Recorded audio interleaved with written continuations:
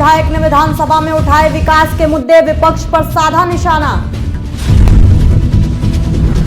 गाजियाबाद के हिंडन एयरपोर्ट से उड़ानें शुरू, गोवा, बेंगलुरु और कोलकाता के लिए सीधे उड़ेंगी उड़ानें। बरेली में मौलाना शहाबुद्दीन रजवी ने मुस्लिम समाज के खिलाफ माहौल बनाने का आरोप लगाया, कहा वृंदावन मेले में मुस्लिम समाज पर पाबंदी गैर संवैधानिक। हरदोई में बैंक ऑफ इंडिया अधिकारी 50,000 रुपए रिश्वत लेते गिरफ्तार, सीबीआई की टीम ने रंगे हाथ अधिकारी को दबोचा। नमस्कार, आज की खबर देख रहे हैं आप, मैं हूं आपके साथ यशस्वी पाठक। आइए दिखाते हैं आपको उत्तर प्रदेश की अहम खबरें। विधानसभा में बजट सत्र पर बोलते हुए हरदोई के संडीला विधायक अलका सिंह उर्कवंशी ने विपक्ष पर जमकर निशाना साधा है। विधायक ने कहा कि हरियाणा के चुनावों में जातिवादी राजनीति के जरिए जनता को बांटने की कोशिश की गई। दिल्ली, जिसे मिनी इंडिया कहा जाता है, वहां के निवासियों ने एकजुटता दिखाते हुए स्पष्ट संदेश दिया कि अब सिंहासन विरासत से नहीं बल्कि जनता के फैसले से तय होगा। दिल्ली जिसे मिनी इंडिया आप कह सकते हैं, पूरब से पश्चिम और उत्तर से दक्षिण का व्यक्ति निवास करता है और उस दिल्ली के व्यक्ति ने प्रत्येक राज्य के निवास करने वाले व्यक्ति ने एक सुर में सरकार की नीतियों को सराहते हुए जवाब दिया कि हम सरकार की नीतियों से सहमत हैं और ये वो सरकार है कि यदि हमें। गाजियाबाद स्थित हिंडन सिविल एयरपोर्ट से गोवा, बेंगलुरु और कोलकाता के लिए सीधी उड़ानें शुरू हो गई हैं। ये पहली बार हुआ है जब यहां से 180 सीटर विमान उड़ान भरेंगी। लंबे समय से इन शहरों के लिए उड़ानों का इंतजार किया जा रहा था। कानूनी अड़चनों के चलते ये सेवा पहले शुरू नहीं हो सकी, लेकिन अब सभी बाधाएं हटने के बाद इन तीनों प्रमुख शहरों के लिए नियमित उड़ानें शुरू की जा रही हैं। आज हिंडन में हमें 5 नए रूट्स कनेक्ट करने को आज एक मौका मिला है, तो बहुत खुशी की बात है। उसके लिए मैं पर्सनली यहाँ पे आके कार्यक्रम में भी मैं शामिल था और इसके लिए सांसद जी को मैं धन्यवाद देना चाहूंगा, अतुल गर्ग जी, जो कंटिन्यूअसली प्रयास कर रहे थे ये एयरपोर्ट को प्रमोट करने के लिए। मुझे सांसद में बहुत बार पार्लियामेंट में भी मिल चुके हैं, काफी रिप्रेजेंटेशंस दे चुके हैं कि यहाँ से इतना बढ़िया लोकेशन एनसीआर के बगल में ही है और इतना पॉपुलेशन कैचमेंट एरिया है हिंडन एयरपोर्ट का, और उसी सोच के साथ हमने भी उड़ान स्कीम के तहत ये इतना अच्छा टर्मिनल बिल्डिंग एयरफोर्स के सपोर्ट में बनाया। पर पिछले 5 साल में ज्यादा कनेक्टिविटी दे नहीं पाए, छोटे छोटे शहरों के लिए दिए हैं। पर आज एयर इंडिया एक्सप्रेस ने एक अच्छा निर्णय लिया, यहाँ से बड़े बड़े शहर कोलकाता, बैंगलोर, चेन्नई, गोवा और जम्मू, तो देश के सारे कोने में आज कनेक्ट हुआ है हिंडन एयरपोर्ट। तो एक प्रमोशन भी मिला है और यहाँ लोगों भी बहुत खुशी है, उत्साह है। बरेली में ऑल इंडिया मुस्लिम जमात के राष्ट्रीय अध्यक्ष मौलाना शहाबुद्दीन रजवी ने वृंदावन में होली पर लगने वाले मेले में मुस्लिम समाज की दुकानें लगाने पर पाबंदी को गैर संवैधानिक बताया। मौलाना ने कहा कि मुसलमानों पर महाकुंभ में अखाड़ा परिषद ने पाबंदी लगाई थी और अब वृंदावन के मेले में इस तरह की घोषणा होने से देश में हिंदू मुस्लिम एकता पर सवालिया निशान है। साथ ही कहा कि इस तरह के फैसले देश को आर्थिक और सामाजिक रूप से कमजोर करते हैं। हिंदुस्तान में कुछ लोगों की ज़हनियत फ़िरका परस्ताना हो चुकी है और वो हर जगह में फ़िरका परस्तियत को, सांप्रदायिकता को निकाल लेते हैं और इसकी शुरुआत कुंभ के मेले से अखाड़ा परिषद ने की और उसके बाद में अब आकर के मथुरा के वृंदावन में इसकी दूसरी कैटेगरी देखने में आ रही है कि मथुरा के वृंदावन से कुछ लोगों ने ऐलान किया है कि यहाँ होली के मेले में लगने वाले दुकानें मुसलमान नहीं लगाएंगे और मुसलमानों पर प्रतिबंध लगा दिया गया, उनकी एंट्री बैंड रहेगी। यहाँ पर कितना दुर्फा तमाशा है ये। इस तरह की बातें करके समाज के अंदर नफरत घोल रहे हैं लोग और ये संवैधानिक उसूलों के खिलाफ है। हिंदुस्तान का रहने वाला हर शख्स यहाँ का नागरिक है, यहाँ का शहरी है, कहीं भी दुकान लगा सकता है, कहीं भी मकान खरीद सकता है। ये क्या तमाशा है कि मुसलमान नहीं लगाएगा, हिंदू लगाएगा, फला नहीं लगाएगा, ढमाका लगाएगा। ये तमाम चीजें जो हैं ये गैर उसूली, गैर अखलाकी बात हो रही हैं और इससे आर्थिक स्थिति, माशी और इक्तिसादी तौर पर किसी कम्युनिटी को कमजोर करने की एक साजिश रची जा रही है। और हिंदुस्तान का जो नाम पूरी दुनिया में है वो इसी वजह से नाम है, यहाँ पे तमाम मजहब के मानने वाले एक साथ में मिलजुल करके रहते हैं। एक तहजीब है, एक कल्चर है हिंदू और मुसलमानों का, भाईचारे के साथ में रहते हैं। मगर हरदोई में सीबीआई ने बैंक ऑफ इंडिया के शाहाबाद शाखा के ऋण अधिकारी को 10,000 रुपए की घूस लेते हुए गिरफ्तार किया है। ये कार्रवाई सीबीआई की एंटी करप्शन टीम ने की, जो एक महिला की शिकायत पर शुरू की गई थी। महिला ने मुख्यमंत्री युवा स्वरोजगार योजना के तहत ब्यूटी पार्लर खोलने के लिए ऋण की मांग की थी और ऋण अधिकारी ने उसे ऋण स्वीकृत करने के बदले 10% रकम की घूस मांगी थी। गाजीपुर मेडिकल कॉलेज में चिकित्सा सुविधाओं की खस्ता हालत का मामला सामने आया है।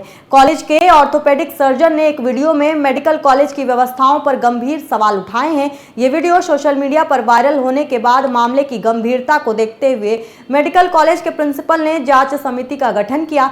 समिति इस पूरे प्रकरण की जाँच करेगी और अपनी रिपोर्ट प्रस्तुत करेगी। ये बहुत ही दुर्भाग्यपूर्ण है कि एक पढ़ा लिखा व्यक्ति जहाँ पे कार्य करता है और ऐसी अशोभनीय और बेसिर पैर की बात करता है। जहां तक गुणवत्ता की बात है तो मैं एक सामान की गुणवत्ता की एक समिति बनी हुई है, जब उसको पास करती है तभी वो सामान इस्तेमाल में आया जाता है और सामान की क्वालिटी में हम बहुत ध्यान देते हैं। सामान की क्वालिटी में कहीं भी कोई खोट नहीं है। ये ओपन है कि कोई भी व्यक्ति किसी भी समय आके हमारे सामान की गुणवत्ता दे सकता है, आपको सामान में खराबी नहीं मिलेगी। अब उन्होंने ऐसा वक्तव्य क्यों दिया, ऐसी बात क्यों बोली, उनके दिमाग में क्या था जाने, लेकिन ये बहुत ही दुर्भाग्यपूर्ण है कि ऐसा एक स्टेटमेंट एक पढ़ा लिखा एक उच्च स्तर का व्यक्ति ने। सर ये स्टेटमेंट बिल्कुल गलत है, क्योंकि मेरा हमेशा कहना है कि बाहर से सामान नहीं लेंगे, जो सामान अंदर का आएगा। और मैं अंदर का सामान देने के लिए बाध्य तभी होगा जब मैं अच्छा सामान मंगाऊंगा।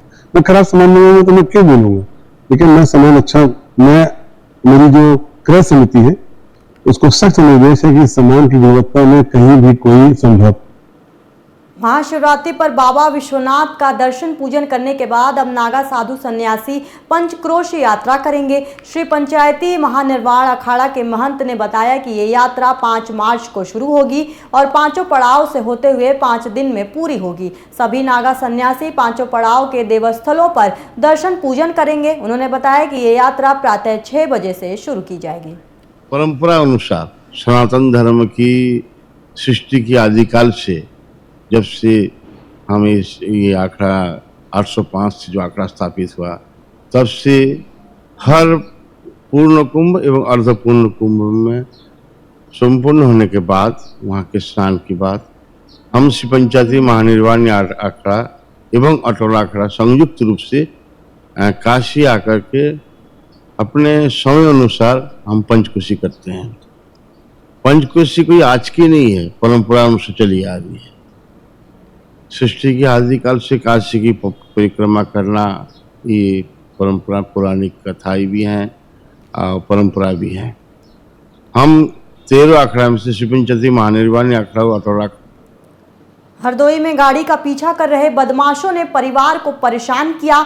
वहीं बदमाशों ने विरोध करने पर गर्भवती महिला सहित उसके पिता और भाई के साथ मारपीट भी की, जिसके बाद पुलिस ने उनमें से एक आरोपी को गिरफ्तार कर लिया, जो खुद को दरोगा का रिश्तेदार बताने लगा। हालांकि पुलिस ने मामला दर्ज कर बाकी के आरोपियों की तलाश शुरू कर दी है।